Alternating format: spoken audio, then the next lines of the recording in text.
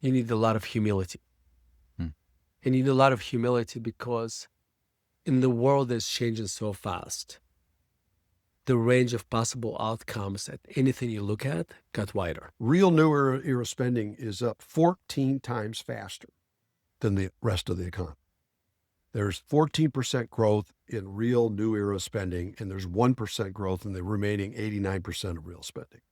One of the long-term growth opportunities that I see, that we see, is the growth in spending by NATO countries in the area of defense. We think that over the next 10 years, spending on defense could increase by $1 trillion.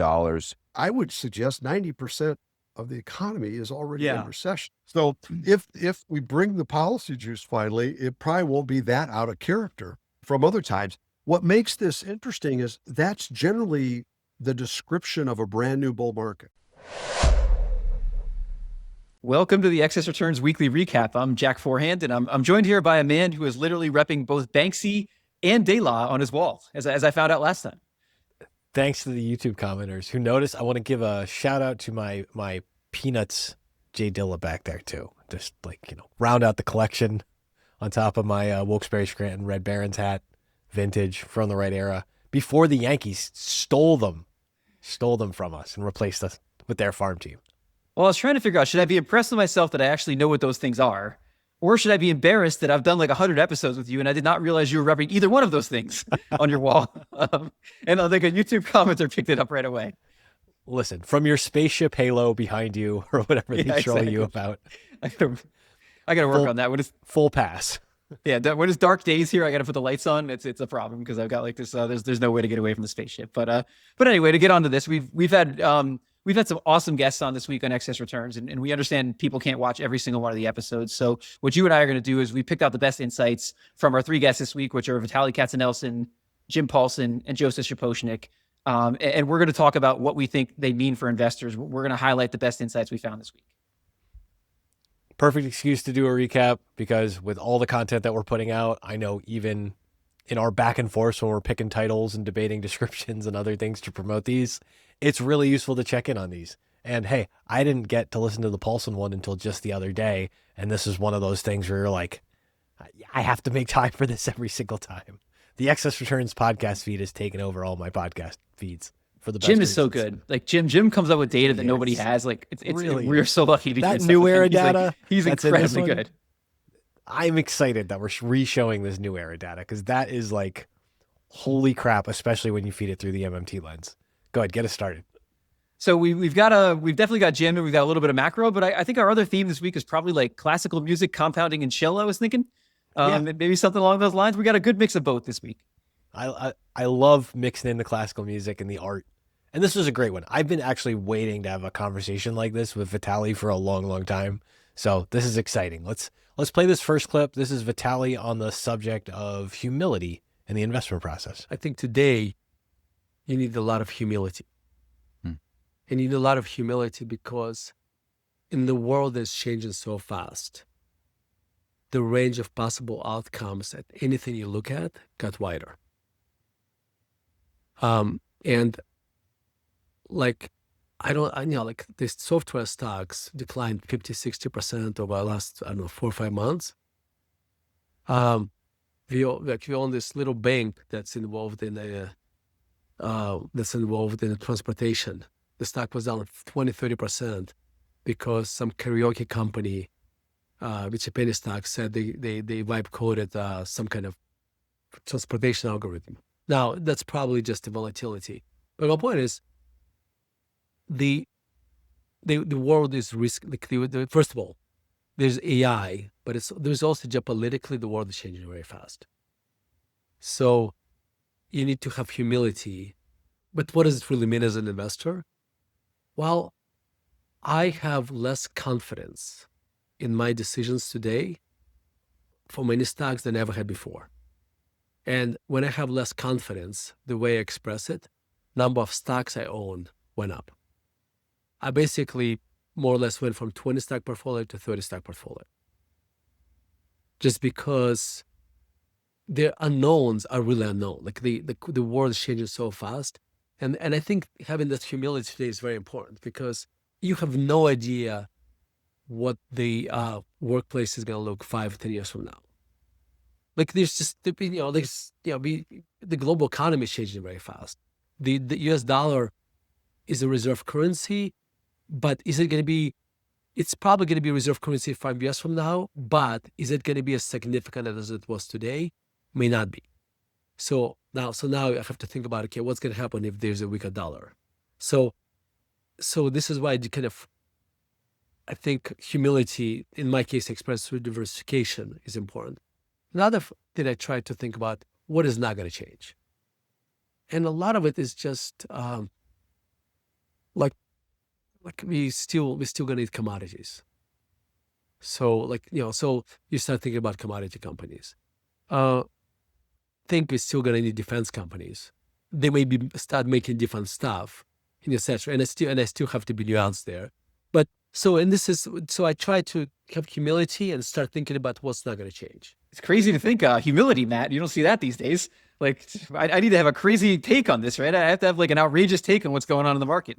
You need to have an outrageous take if you want anybody to talk to you about it. But inside of it, the part that I loved is how he talks about the range of this. And basically I saw this take on, speaking of takes to try to get attention. Nick Majuli, friend of the show, prior guest, he put something up that was so directionally accurate, and I felt it so deeply, on the 4% rule, where he was like, the reason the 4% rule works is because when stuff sucks, people stop following it. But when stuff is good, it's like a natural limit.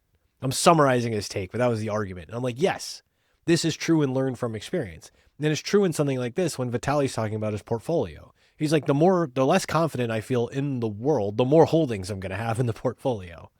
Diversification is the way I sort of like hedge that confidence. That's where humility shows up.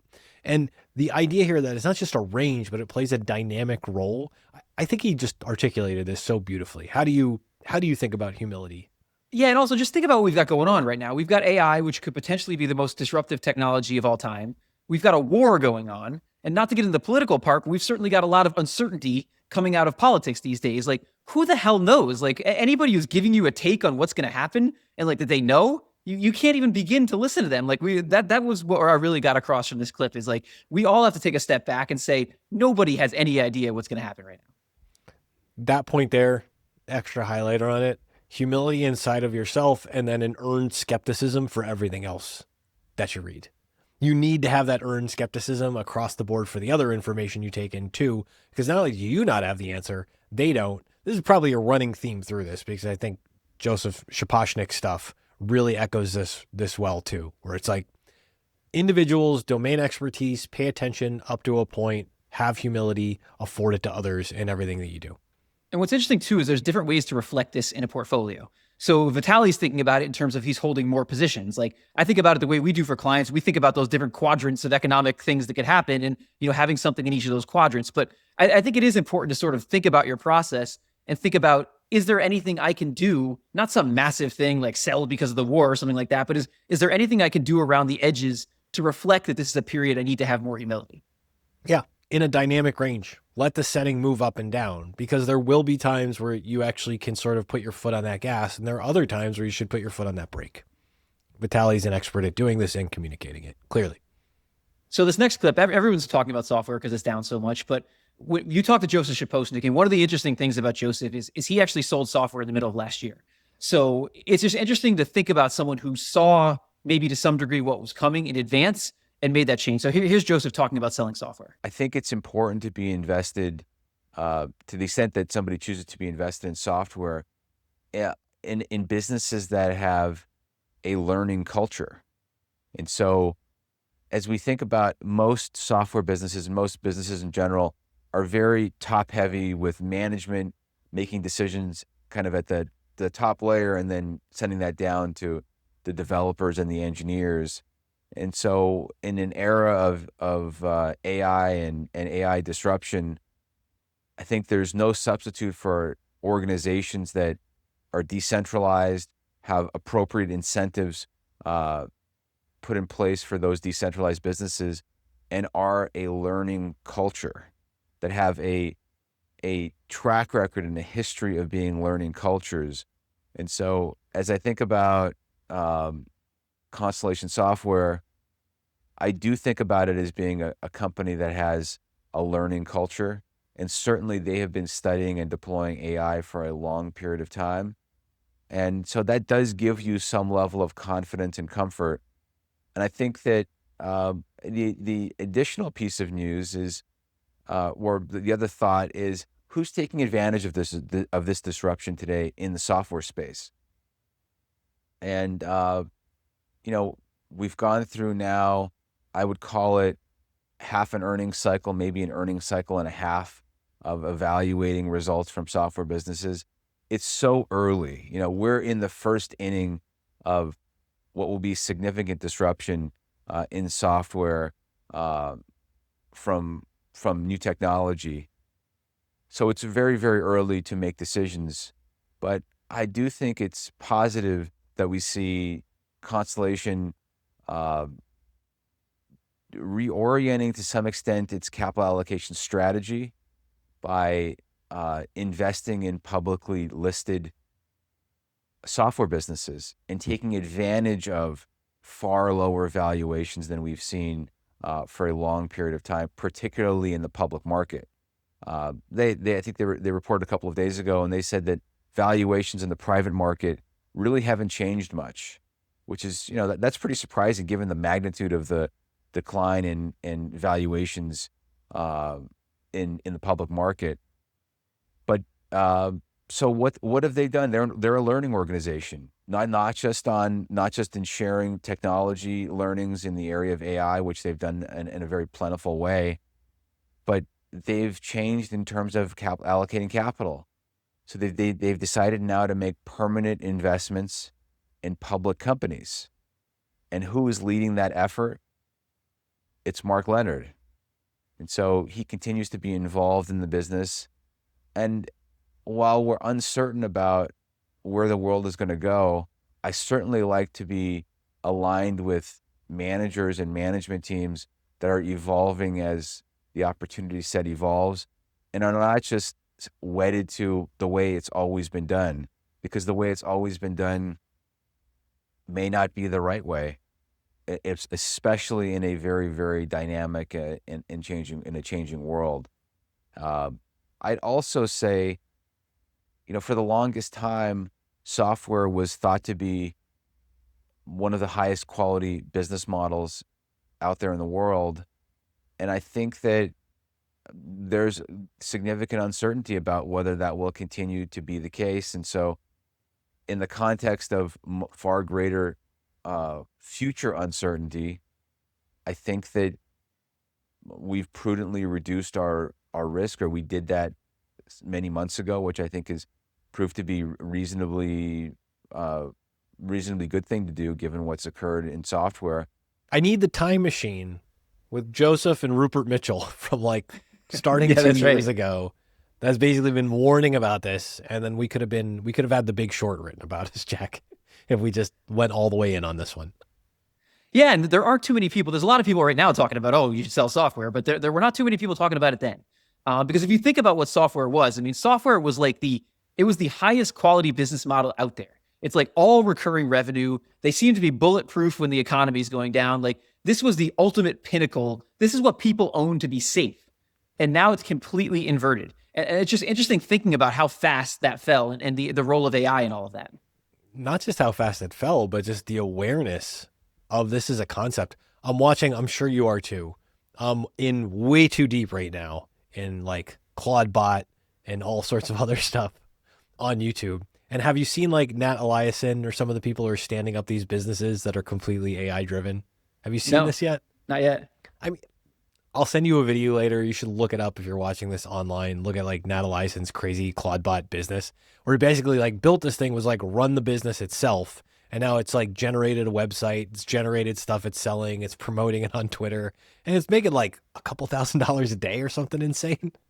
So in one hand, you're oh, there's free money out here or something. There's not. And the other hand is it's basically recreated a course selling guru. So it feels doesn't feel real great on the other end of it. But at the same time, it's this is the threat. This is the existential threat to like every software business, and everything that's like code driven, asset light, monthly recurring revenue generated is like, what if you didn't need any people to run this thing at the end of the day? And we should totally rethink how these businesses are and operate. It's interesting that we're having a moment of like reassessing that entire business model, but it's also interesting to like pull that back to say, and I think Joseph gets at this in the broader interview, the managers, the leadership, the people at those companies not being able to have like a really good answer for what that was going to mean and what their business would have to do, not probably even understanding the full existential threat we've arrived at this point, but recognizing that 6 months, a year ago, that they didn't have a way to answer with this and wrestle with it. That's a really interesting human layer of this problem. And it goes back to Vitality's point about humility and what Joseph was talking about, what you mentioned about management. Like, you don't want management that is completely set in like, we've got this moat, nobody's going to touch us. Like, we can't be beaten. Like, you don't want that management right now. You want the management that's taking a step back and saying, like he mentioned, he called it a learning organization. And that's what you want. I mean, you want people who are completely flexible, who know what they're good at, but are also completely flexible, understanding that this is like a massive, massive change for this industry. And this is the worst part when you go down the rabbit hole on these Claude-bot businesses, because they're learning businesses. And they either just created like Skynet and it started by selling PDFs to other Claude-bots. And this is the way we slowly get to toasters in Battlestar Galactica. Or this is just the idea of even the AI businesses figured out right away they had to be these learning enterprises, and they're going to fork, pivot, do all sorts of other stuff along the way. It's a mind bend to think about. It's really fascinating through the leadership and the strategy lens that's part of where somebody like, Rupert arrived at it from like valuation multiples and assumed what could happen in the future. Joseph is arriving at it by basically saying like, the management teams don't have a way to handle this next like pothole in the road in front of me. So maybe it's best to just get away from this until they have a more articulate way to say they will learn their way through this without cannibalizing or destroying their own businesses. I hope we don't have to do an episode on like the winners in the Claude bot economy or something. That seems like where we're headed, but I hope that's not where we're headed. I think we're safe for now, so long as they're selling like PDFs to other Claude bots to use as prompts for $29 or something. I think we're going to be okay. But I am generally, my favorite part about all this stuff is seeing people train a bunch of bots to debate with each other, arrive at a consensus, and then do the next step forward. There was some message board thing where it was just like AI is talking to AI. I forget what it was called, but it made big news. Like, where it was just basically AIs operating with other AIs. Although people said, like, in retrospect, it was really just people who were in there pretending to be AI talking to each other or something. There's a bunch of this stuff happening now. We're only going to see more of it. And before Soul in the Game turns into me talking about the Soul markdown files inside of a bunch of these AI agents, I think you should take me on to this next clip. So this is Paulsen, right? We got Paulsen up again next. Yeah, what Paulsen has done a really good job of, like on the podcast, is talking about this idea that there really are two different economies. You have people talked about the K-shaped economy, but Paulsen's really been talking about tech versus everything else. So here's Paulsen talking about that. The new era comprises currently 11% of private GDP, and the red comprises 89% of it. Now, this just looks at the annual growth rates. You can see that new era growth has always been pretty much stronger than the rest of the growth in real spending in the economy. Most of the time, it's quite a bit bigger. But there's never been anything like we witnessed just this last year. In the last year, real new era spending is up 14 times faster than the rest of the economy. There's 14% growth in real new era spending, and there's 1% growth in the remaining 89% of real spending.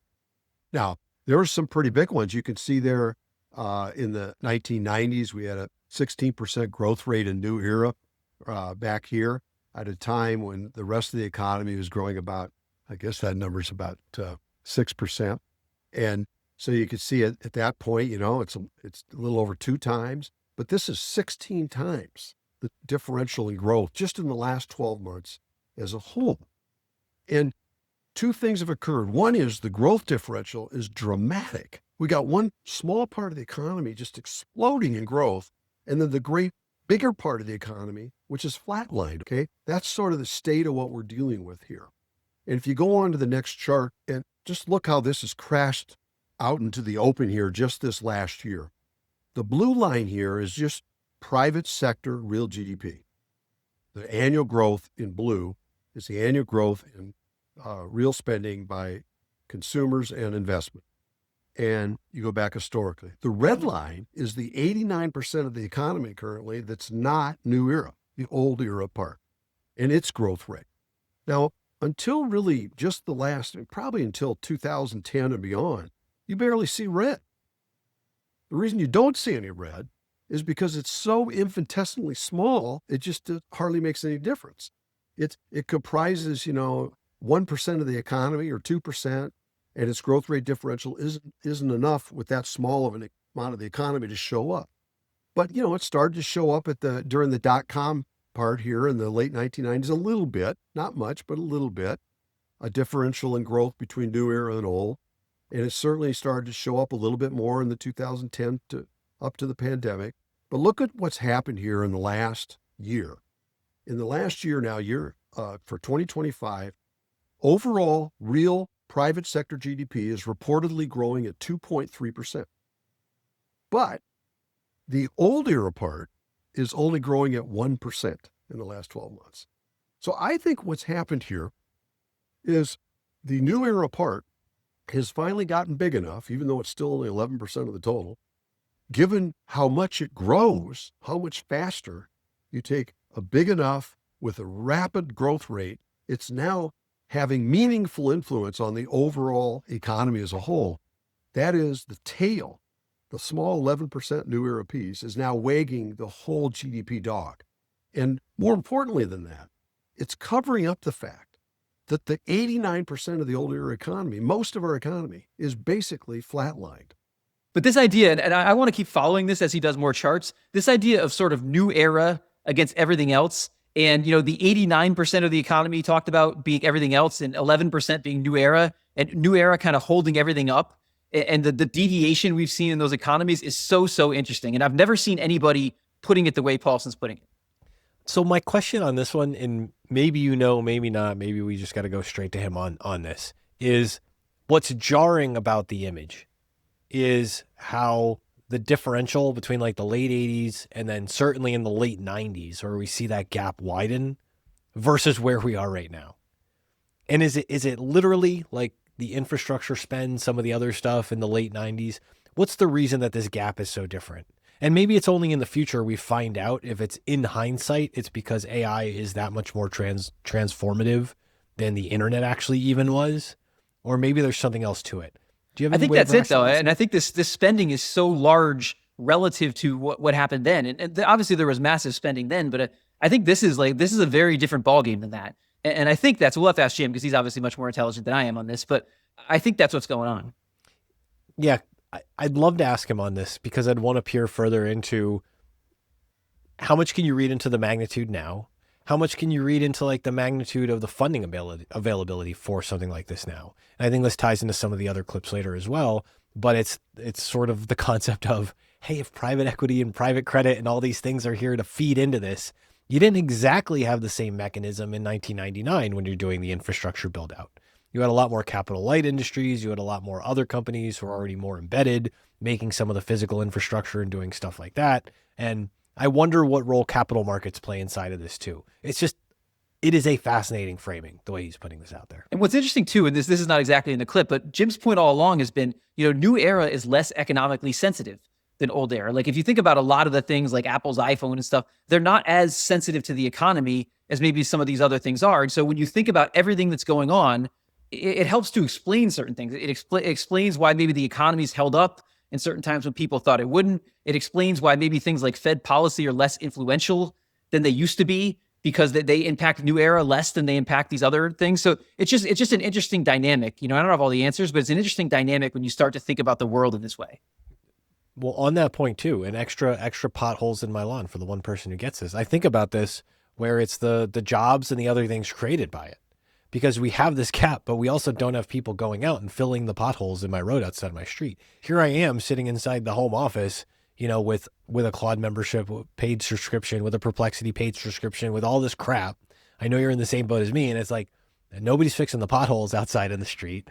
All these other things aren't happening. Is it less economically sensitive in the new era spend just because there's not that many tangible real world jobs outside of standing up another data center. We've got a good balance this time because we're going to be kind of switching between the macro and the compounding a lot, and like the long-term thinking type thing. And this next one is Vitaliy Katsenelson again.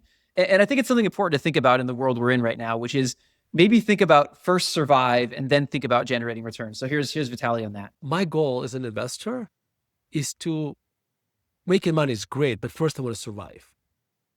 And I think that's what I'm and that's what I'm focusing on. I don't know, Matt. Was it? Yeah. If I raise more questions, that I give you answers for. No, I think those are effective questions to raise, both in what's going to change and what's not going to change, because I think that's uncertainty and humility as an active investor. And expand on this more if you want. That part of being an active investor is being proactive in the way that you're looking at the future in front of you that you ultimately can't know. More humility, less certainty, more positions, more focusing on just the general principles. Like that's where your brain is extra focused right now, right? Absolutely. Yeah. I share sometimes that I want to be the least wrong. People go into investing, they want to be right. I just want to be the least wrong. And these days I feel the same way you do. I feel like there are many more ways that I can be wrong. And it can change sooner. No, I think you're absolutely right. Like, let's say this was a CNBC and you asked me this question and I said, you need humility. Like, that's boring. Like we would have asked you about NVIDIA if this was CNBC. No, that's very true. That's very true. But you see what I mean, right? It's like it's boring. But I think that in reality, like, think the understanding that you don't know what the world is going to look like. So in constantly trying to figure out and change your mind when the facts change, I think that's what you need to be doing today. I mean, this is what's so great, exciting about the world today, because there's so much to learn. And this is probably why I'm so excited about investing today, because despite my humility and everything, just because there's so much to learn. So I really liked, he had a great quote in here. It was, most people want to be right. I want to be the least wrong. And that kind of plays back into his original clip here, which is like, in this world we're in a world with this kind of volatility around everything, maybe thinking about it from the perspective of being the least wrong is the right way to think about it. Yeah, and shout out to Bogomil. Shout out to Bogomil on being the least wrong. And shout out to my complete lack of accent game in this conversation. When I hear these clips back, it's like, I just sound like an idiot from Northeastern Pennsylvania compared to these two waxing philosophical on this. I love that as the starting point. I love the be the least wrong. I love the idea of part of being the least wrong. And this is where this can't work for a hot take. You can't have a hot take that you approach from be the least wrong. The only way a hot take works if you're the most engaging. And that usually means you have to tick somebody off or you have to say something flamboyantly, like blowing up the tails. But being the least wrong just means like I've reduced as much of that left tail risk as I possibly can. I've taken how many of those mistakes off the table or the damage I could take from those mistakes to an absolute minimum. And the beauty of this, in both the way that Bogomil and Vitaliy explain this, is it leaves that right tail open. It leaves the idea of I can have a good outcome or I can have an amazing outcome, but the only way I'm going to get there is if I survive first. And that's a good financial plan. That's a portfolio. That's anything with you're trying to stay at the table and keep playing the game. This is the only way to do it. How do you think about this? Like, what's the quant interpretation of this? What's interesting about quants like me is, we can be somewhat focused, but we tend to equal weight our positions. We tend to have fairly diversified portfolios. So part of it is that survival. Systems like that don't tell you, they might tell you, here are the best 30 stocks to own. They typically will not tell you what the top one is. Like, if you look at your like descending score of all your stocks, you won't end up with like the one that was number one ended up being the best performer. You'll end up with like, I want a bunch of stocks with similar characteristics. And then I want to own a diversified portfolio of all that stuff. So like that is it. Also, the survive first also works in the quant world. And we're kind of built for that anyway. But also, to go back to your other point, what I thought was really great about this was at the end, Vitaliy talks about being so excited to be in investing today. And I think that gets back to your right tail idea you just mentioned, which is like everybody wants to think about uncertainty, terrible, bad, all these things that could go wrong. But like you think about AI, you think about all the stuff that's going on, like there's scenarios on both sides of the equation right now. And I think that's really, really cool to think about it from the perspective of like, here's all the things that could go right. Here's all the things that are improving like in my investing process because of this. I think that's a great way to look at this. It's a great holistic way to look at it, and it reminds you what the opportunity is. Those opportunities only really show up when people start to bake in all the left tail, all the downside, all the dark scenarios. And so if you see a bunch of those things that everybody is suddenly talking about, that's your first shot that says there's opportunity out here, because nobody can make quite sense of the future and they're disagreeing on it in lots of different ways. The risk of this, and there was a great Kevin Weir post about this over the course of the week, which was basically concerned with like the dip that we saw in the markets, the dip and the dip getting bought. And he was like, normally when a war starts, everybody starts blowing the left tail out of proportion and we start getting into all these variations. People buying this dip, it's like everybody is racing to, I don't want to be wrong about which facet of the recovery. And he was flagging that as a concern. And I think that's real too. But yeah, chaos creates opportunity. That's what we got going on right now. I think that buy the dip thing is one of the most interesting things in investing right now, because every single dip is getting bought these days, like across the board. And what does that mean? I don't know what that means. But like the question is, does that mean that when the dip comes that you finally can't buy, we're going to have a much bigger catastrophe? Or I don't know what it means, but it's really, really interesting, because we could have talked about a lot of things we've seen since we've been doing the podcast and say the exact same thing Kevin said about this, which is like, typically people would sell a lot more, but they're buying the dip. And like, I don't know what it means, but I think it's a really, really interesting dynamic. This next clip is coming from Joseph Shaposhnik again. And I think it really connects back to this, because he talked about being already in defense with all the AI stuff that's going on. Then the war breaks out, and how he swirls all of that stuff together and through the lens of the exposure that's the defense allocation in his fund. I think this is fascinating. Let's roll the clip. As I think about this conflict, I think that our thesis that defense is in a supercycle certainly is not weakened by the conflict in the Middle East, but I think it is strengthened. And so one of the long-term growth opportunities that I see, that we see, is the growth in spending by NATO countries in the area of defense. We think that over the next 10 years, spending on defense could increase by $1 trillion just from those companies, just from those countries, as they get up to the NATO targets that have been set.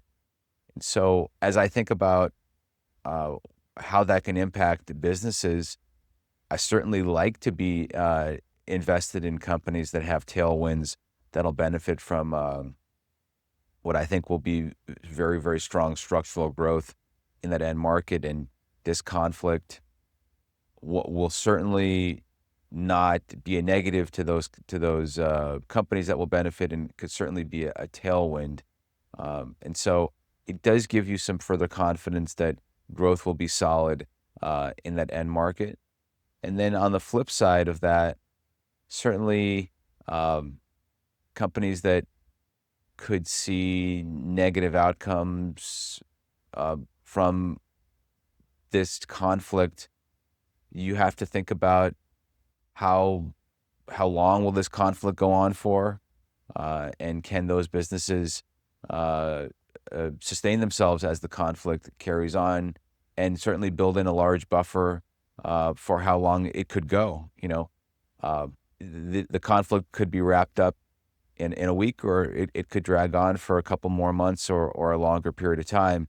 So as I think about companies that will be negatively impacted, certainly you have to build that in. And as you think about position sizing, certainly, hopefully you've sized investments in businesses that could be negatively impacted by conflicts in a way that gives you the ability to endure whatever short-term impacts the business could receive, and certainly that'll translate into the stock price as well. So that's the way we're thinking about this conflict. We certainly see beneficiaries from it, or theses that are supported by what's going on, and obviously there'll be short-term impacts both ways for companies that are impacted by what's going on. This is great, because this is how these compounding people think about these exogenous events, whether it's war or whatever it is. They don't think about like, let me predict the event. They think about, I own a portfolio of businesses. Let's dig into these businesses and figure out what it means. And that's really important, because there's two wrong ways to look at these wars and anything that goes on. I think one is like, I need to react to this. I need to predict what's going to happen in the war. I need to know what's going to happen and make changes in my portfolio.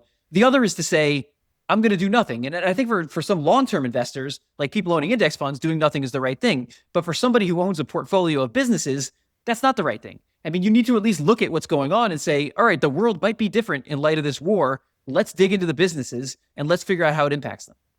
One of the things that put Joseph and his work on my radar when we started having him on the channel and having him on for some of these conversations was the way that he thinks about these super cycles. The ways that he looks at, here's a shift, paradigm shift or otherwise, inside of a space that sets up why it's likely interesting to watch how this sector or this industry or this company handles the next set of problems that are thrown at them. And in defense, it's like you have the public sector spending, you have the need in the post-globalization, if not the deglobalization world, to retool a lot of these defense forces, companies, whatever else. And that sets up all these interesting questions where, to your point, I don't have to predict the exact events. I just have to make sure that these decisions still have a tailwind behind them that are driving both future profits and future potential. So it's really interesting to hear him breaking down what these companies are doing in the wake of AI, a war, and these other factors in the context of he sees this massive tailwind behind them. That's such a different way to approach the manager lens in investing. And this ties to Rupert, by the way, too, from last week, because he was talking about how all these foreign governments are spending tons of money and you want to follow the money. Well, what are they spending the money on? They're spending a lot of the money on defense. And so it's great when someone like Joseph is not going to sit here and say, like, here's some trend in the next year I want to play. Like, the word super cycle is so important because he's looking at the big picture. He's looking at these shifting tides that are going to extend for a very long period of time, multiple years, a decade, something like that, and then trying to get his portfolio behind those trends. Finding people who can get the portfolio behind the trends in advance is obviously, if you could do that, we'd have better jobs than podcast hosts. But at the same time, people who are trying to think that way and actually laying out a process and then can navigate you through, like, being right about software, being right about defense, and now understanding both of those things in the current context. Rupert and Joseph are both fantastically gifted at explaining these thoughts.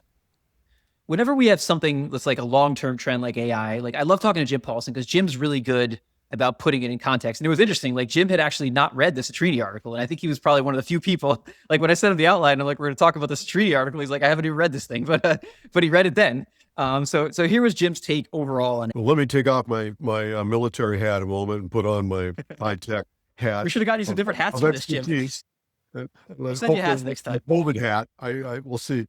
I'm also not an AI expert by any means, but again, if I look at how that's come out, we've certainly, in my career, I've been through a number of innovative periods. Maybe you could argue that a lot of my career since the start of the 80s has been one big innovative cycle, continuing, and seeing how those reacting. And, the things that stick out to me with AI, I can get myself just as scared as like that article. When I think about, I'm reading one of my dime store novels that I'm currently reading at night. It's called The Tin Man, and it's all about AI robots being created for, and military is testing them to see how they fight in arms. And you got live military going against these robots, AI generated robots, and they lose every time they go up against the robots. And it kind of plays well into today's fear that there's just no way, we can compete with these things. They're unemotional, but they're better at everything than we could ever hope to be, better and quicker. That's kind of been the story. I just feel like it's pretty much overdone and it's really become a horrific scenario very quickly. And anything that's bad in the economy is now tied to AI. The fact, I don't buy that the job market is as weak as it is because AI is suddenly here. I think that the unemployment rate in this country bottomed out at 3.4% in April of 2023 and rose about a full percentage point. Probably most of that occurred long before AI was really out there in a big way, centrist. And I could be wrong in this, but I think the other side of the story with AI that doesn't get near enough attention is the other side of the story of all innovations. And that is, just take an example, like, I don't know what, but just take, let's say I'm going to do a will, new will, or maybe I'm buying a house, and I need a lawyer or whatever.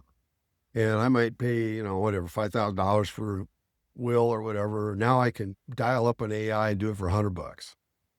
Same thing. I don't, I want to sell my house. Maybe I don't need anybody. I just dial up AI what I need to do, and I save, 2 or 3% the value of my house. Well, that might be bad for lawyers. They're going to lose out on parts of business. There's no doubt about that. But everyone that buys that service, I now just save thousands and thousands of dollars. And guess what? I'm going to go spend that stuff. I'm going to go spend it elsewhere, whether, a new boat, new trip, or a new car, or housing renovation, whatever, which is going to create a whole lot more of new opportunities for other people, growing business elsewhere. I want to put this in because I think people, when they focus on the job loss, and obviously people focus on long-term growth too, but I think a lot of people miss this deflationary aspect of AI. And the fact that if prices are driven down, and Jim kind of talked about it, there's money to be spent elsewhere. Or also, like, and we talked a little bit, I didn't put the whole thing in there, but we talked a little bit about lawyers in that clip. And the idea that if the price of a lawyer goes way, way down, sure, that's bad, and we might fire people in the legal industry, but guess what that's also going to do? It's going to get people like me who are too cheap to spend $600 on a lawyer an hour, and we're going to go and we're going to use more lawyers. And so this is a two-sided thing, and I think it's important to think about it that way. This whole idea of, like, in financial planning land, just reminding people that every dollar you saved is either going to be gifted or consumed. That pulls all the way forward into regular life. If I spend less dollars on the price at the pump in gas, because I know we're touching on that today too. If I spend less happening right now, Matt. If I just spend filled up more yesterday. If I spend more money now, I'm spending less elsewhere. If I spend less money now, I'm spending more elsewhere. Most people, like, that marginal dollar, our propensity to spend is really strong. We Americans especially are really good at spending money. And if you take stuff like a reduced legal fee or whatever else, you're probably going to recycle it somewhere else into the economy. It's a really powerful point. I think it has really weird, nuanced parts that go up because, and back to the lawyer piece and the extra citrini on this thing, it's what happens to the lawyers when all of a sudden they're the ones who have less income, so now they're consuming less. And what are the items that they have preferences for that now they're not buying? That, how does that trickle through the rest of the economy? However, that key point stands. There's still a spending decision that's the result of this. If you spend in one case, you're probably spending more in another. It's so obvious, but it's such an important thing to zoom out and look at. Yeah, and I think it's important to look at both sides. Like, this is how you get to the tech guy's world of abundance, is what Jim is talking about. But then on the other side, we talked to Bob Elliott. He was saying, he had the quote that, like, unemployed people don't spend money. And so that is the other part of this, which is you've got to think about how it flows through to the other side of this. So I think it's interesting. I don't have the answer, but I do think it's important, like, when everybody gets wrapped up in this job loss and all this other stuff, to think about there is another side to this. There is a right tail to this. There's a right tail, and this is where Peter Atwater's work on the K-shaped economy, I think, gets really, really important. And I think this is also in Eric Packman's stuff and Adam Butler writing about, like, the precarity line and thinking about the different parts of the economy that can hold things differently. Inside of the recession conversation, if AI truly slows down some of the bonuses, compensation, and consumption for the proverbial white collar workers, maybe they weather that transition in a way that's not like a normal recession because they're working off savings or whatever else. Likewise, if people are seeing the benefits of AI and spending money in the real economy, maybe that helps out the other side of the K for a minute. Maybe that helps out people where, like, that precarity line means that swing in price at the pump might be the thing that makes them have to make a choice about groceries or these really, really real economic impacts and hard decisions that can be felt. So the richness and the nuance of this is really important to take at that value. And all these metaphors that we've been highlighting on the show in the last, several years are all kind of coming full circle around this stuff.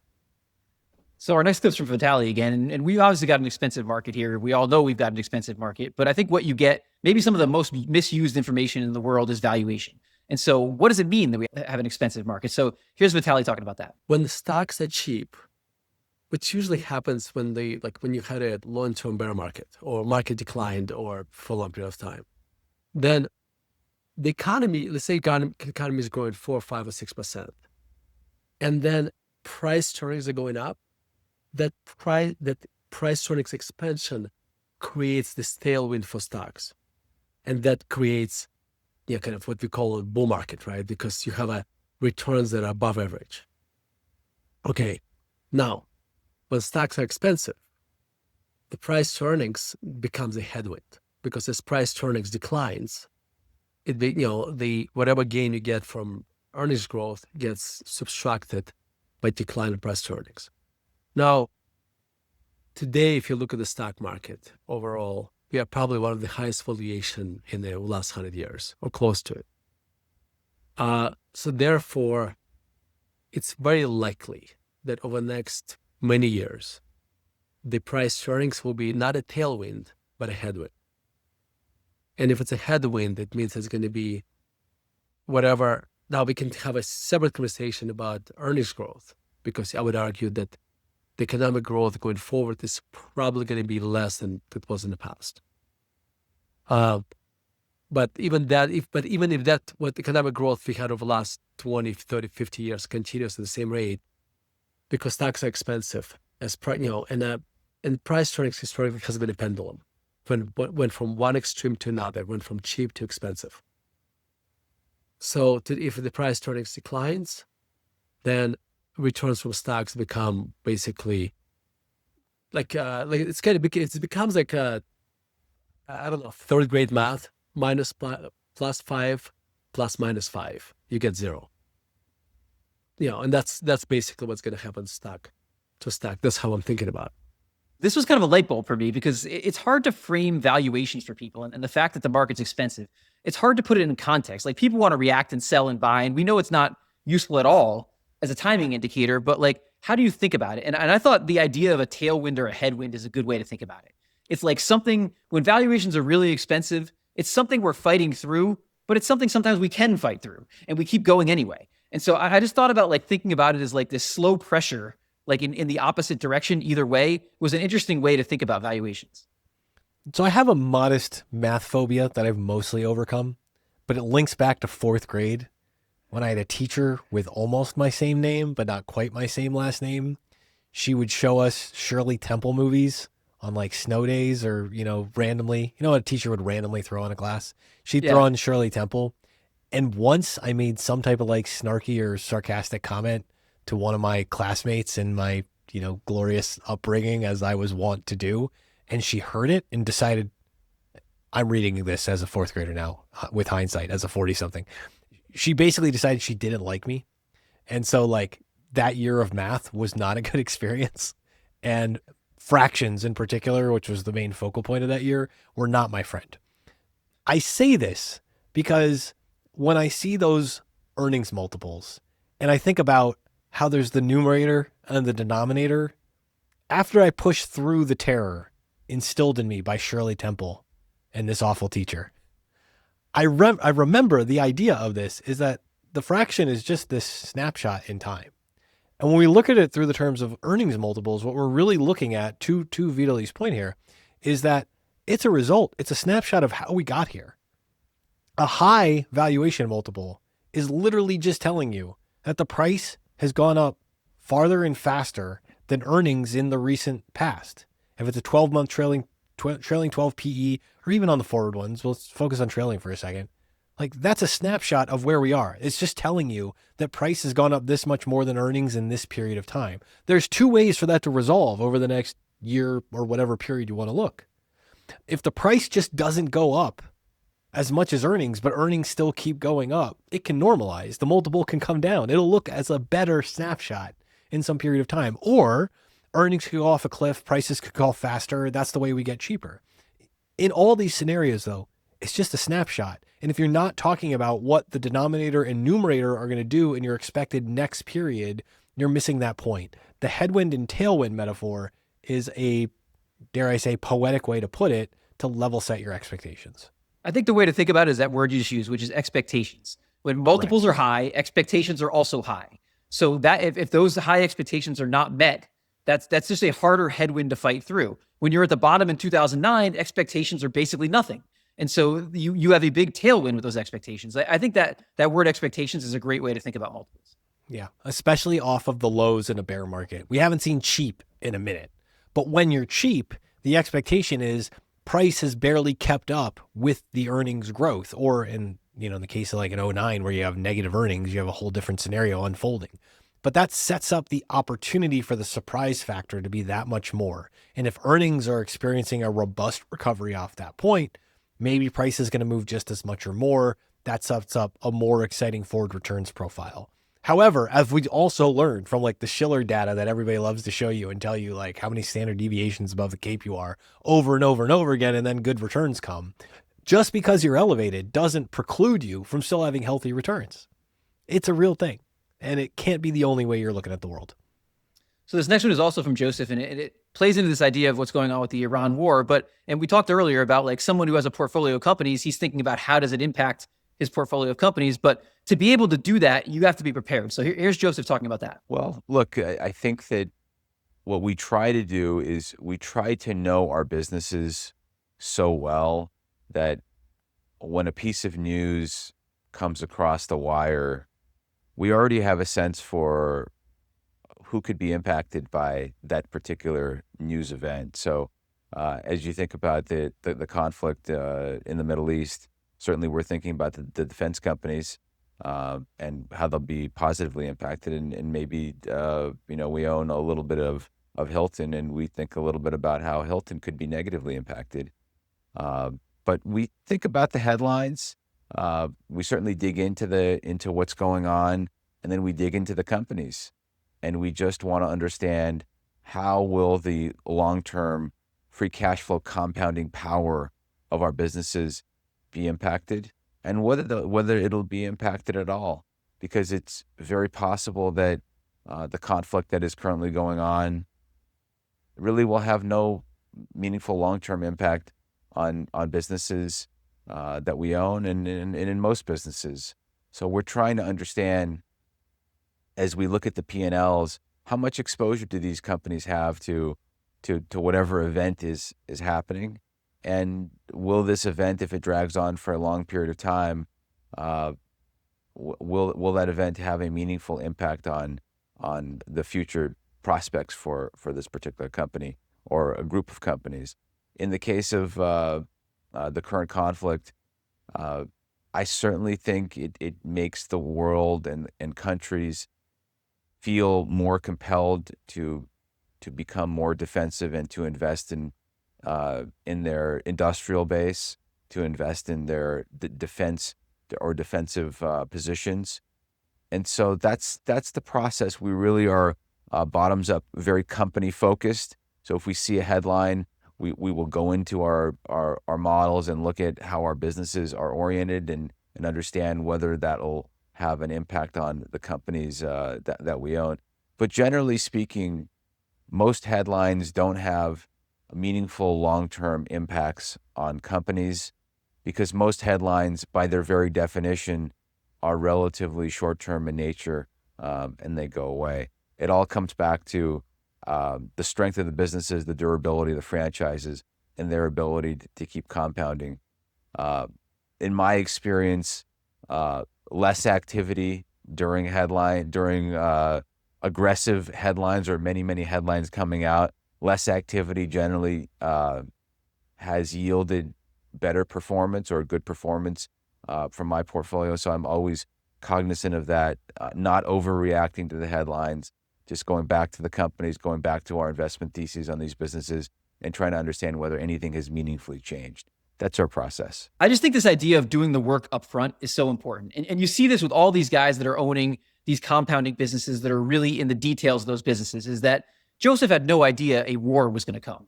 I mean, it was possible, obviously, based on what was going on, but these things come out of left field. COVID, wars, they come out of left field all the time. And if you've done the work on the businesses, if you know the businesses in and out, even though you don't know the variable that's going to get introduced, you have a much better chance to figure out how that variable is going to impact your businesses because you know everything about them. If you know all the ins and outs of what's going on, you can deal with any new piece of information that comes in. You have to build the model, you have to build the plan, You have to have stuff so that you have all the context on the table already before the question comes in. When I'm doing financial planning work, I'm always trying to take people back to this. I'm like, all this document is not predicting the future. Yes, there's a slide of Monte Carlo analysis, and we can stretch it out for your lifetime or 3 generations beyond your lifetime if you want, for what happens to the balance sheet. It will be wrong. But the idea here is the purpose of the plan, the purpose of this document, the purpose of what Joe's doing when he's looking at a company and building a financial model about what they are, is to say, I now have all the context on the table. So when the new question comes in, I have a way of thinking through that. Do that homework. It's that easy. Yeah, and I think this idea, it applies to life too. This idea of like, whatever you're doing, know the thing so exceptionally well that whenever you're throwing a curveball, like you're in a position to react. Like I even think about like what I do, because we go up and down in terms of like on YouTube. Sometimes we have a lot of views on our videos, sometimes we have less, but like we're really trying to understand what's going on behind the scenes and this so well that when something's not working, we're much more capable of addressing it because we've really put in the work, we've put the thought through. Yeah. Troubleshoot the variables. You have to do the homework so that you have a pretty good awareness of all the variables are, including when one is broken. Because sometimes that happens too, where you have to step back and realize like, oh, this variable doesn't matter anymore, or oh, this is totally misfiring, giving me a faulty signal.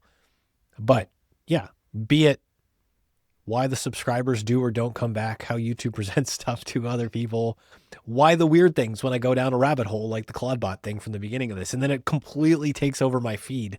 And I'm going, what happened? All of a sudden, I'm like a Bay Area tech nerd or something. And it's weird, man. It's weird. So the more you know, the more context you have, the better you are with the questions. That's all I got. So this last one is a Jim Paulsen patented term, I think, which is the policy juice. We talk about this all the time, and he actually has like indexes of policy juice he can do on his graphs. So here's Jim talking about policy juice. I could argue, though, Justin, that as I showed, that in reality, I would suggest 90% of the economy is already in recession. So if we bring the policy juice finally, it probably won't be that out of character from other times. What makes this interesting is that's generally the description of a brand new bull market. Bulls begin usually because the policy officials are trying to get out of a recession or avoid one. And they're easing aggressively to try to do that. And that juice runs through the stock market and through the economy and picks up the economy, but it runs through the stocks first. That's how bulls begin, usually. And we never got that in the October 22 forward bull, really ever, full-on policy support. Maybe we do get that, and fortunately, maybe it's going to take a full-on recession panic to get that. Or maybe Tex holds us out of the water just enough that we get a easing light version this time. I don't know, but we're already getting an easing light version a little bit. The question is whether that becomes more broad-based and intentional, I guess. I kind of think it's gonna. I just think the lagged impact. The other thing is it's not just the Fed. I mean, the fiscal juice is 2%. Fiscal deficit spending to GDP now is 2% less than it was 12 months ago. It's gone from 7.2 to about 5.2. And so I think fiscal policy probably also needs to get in the game, if you will, probably. And a lot of people I know are just from other comments are going, oh, heck, we can't be, blown in the deficit up again or all this. But I think if the economy's bad enough, we're not going to worry about that. It'll be like with COVID or any other crisis that brings easing. We're going to extinguish the fire right in front of us first and then worry about the rest later. And I think we'll probably do that again. Now, maybe to your point, we won't get a full-blown recession. I kind of think we won't by the numbers. But I do think that there's many parts of this economy that need help policy-wise. And it could feel a little like the start of a new bull where all these new parts of the market that haven't done much are suddenly leading the market higher, at least for a period.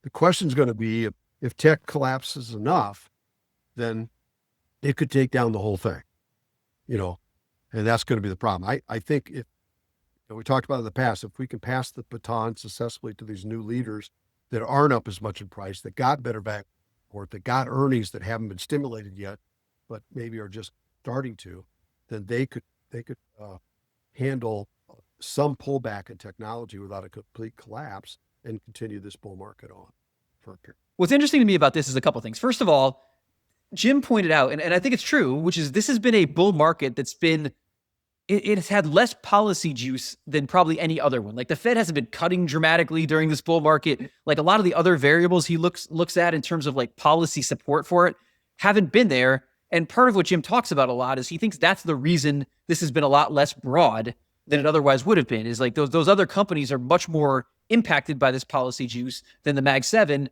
And so therefore they've trailed. I think that's just an interesting way to think about this whole thing. Is Jim just doing MMT? Is that like what my takeaway is every time he talks about this? I think this is tremendously useful. I don't understand why people don't think about this. Whatever words you want to put onto it, I don't understand why people don't think about these in these terms. You're either adding liquidity to the system, or you're net removing liquidity from the system in all these different areas. And so whether it's policy juice or, stimulus or whatever ways you want to frame this out, it's such a useful backdrop. And it also tells you like the where we are now piece, and him framing we didn't get quite the response in 2022 that you would have expected to help drive this bull market. Like, well, where are we now? What are the implications if you change that? If the Fed did ease more, if there was another fiscal act, if all of a sudden Claude bots are running our lives and now we have all this other money to spend, how do these things play into the system? Because those patterns can actually move whole markets for extended periods of time. And what's interesting is we are near all-time highs, and that's typically not when you see this addition of policy juice. So on one hand, it's interesting to think about like what that dynamic is and how it's going to play out. But on the other hand, like a lot of the S&P 493 are not doing nearly as well. And so does that mean if this juice comes, and obviously we're at a point now where who knows if the Fed's going to keep cutting, but Jim thinks that the economy is a lot weaker than people think, and he thinks this juice is going to have to come. And that could supplement the case, which also Joseph made in the interview, for this idea that the 493 might do better than the Mag 7, and we might see a broadening of the rally. It's hard to look at it and not wonder if it's coming, especially when on a policy front, administration probably wants to run it hot. The war is a great cover. You got all these narratives overlapping that basically say, even if we're at high, even if the valuation multiples don't make sense. And by the way, that 493 point's very, very real. It doesn't mean the policy juice is going to float through directly to the other winners. It might just be the thing that helps keep what's an arguably weak consumer economy afloat. And that's a big highlight. And just as an aside, as we wrap up, it's going to be really interesting to see like what the Fed does in light of what's going on, because obviously Jim's argument is very strong for the policy juice, but also we're going to see some higher inflation prints here because of what's going on with the war. So like, how are they going to react like to these higher inflation prints? It's just going to be a really interesting balance to try to strike right now. The World Bank, there was a World Bank study I was looking for some data the other day, and it was every 10% shock in the global price of oil is 1/3%, so like 0.35 or something like that percent within the first year of the oil shock, and 0.55% in the calendar year for every 10% shock in the price of oil. And this is one of those things. Inflation's probably going up. Rates are probably elevated on the inflation risk. If you have unemployment going on at the same time, because suddenly, basically per Eric Packman's data over at Data for the People, all of a sudden the healthcare industry hasn't been the off-ramp to keeping the employment numbers looking relatively healthy in the U.S. economy. There's a big case to potentially made for stimulus here. I don't expect the politicians to miss it once they decide it's on their side. Yeah, and obviously I don't know what's going to happen here, but it is a very interesting world we live in. And, what was great about this episode is we were able to kind of take a step back and have more of these long-term takes on this whole thing versus like what's going on right now. And that's what we try to do with the podcast.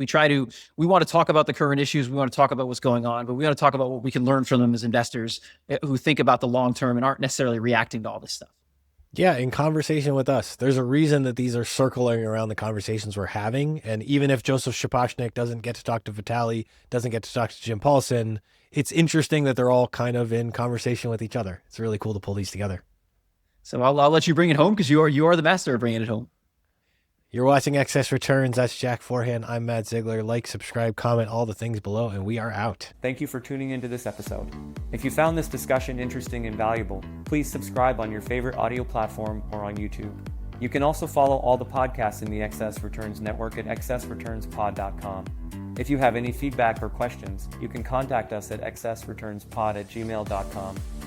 No information on this podcast should be construed as investment advice. Securities discussed in the podcast may be holdings of the firms of the hosts or their clients.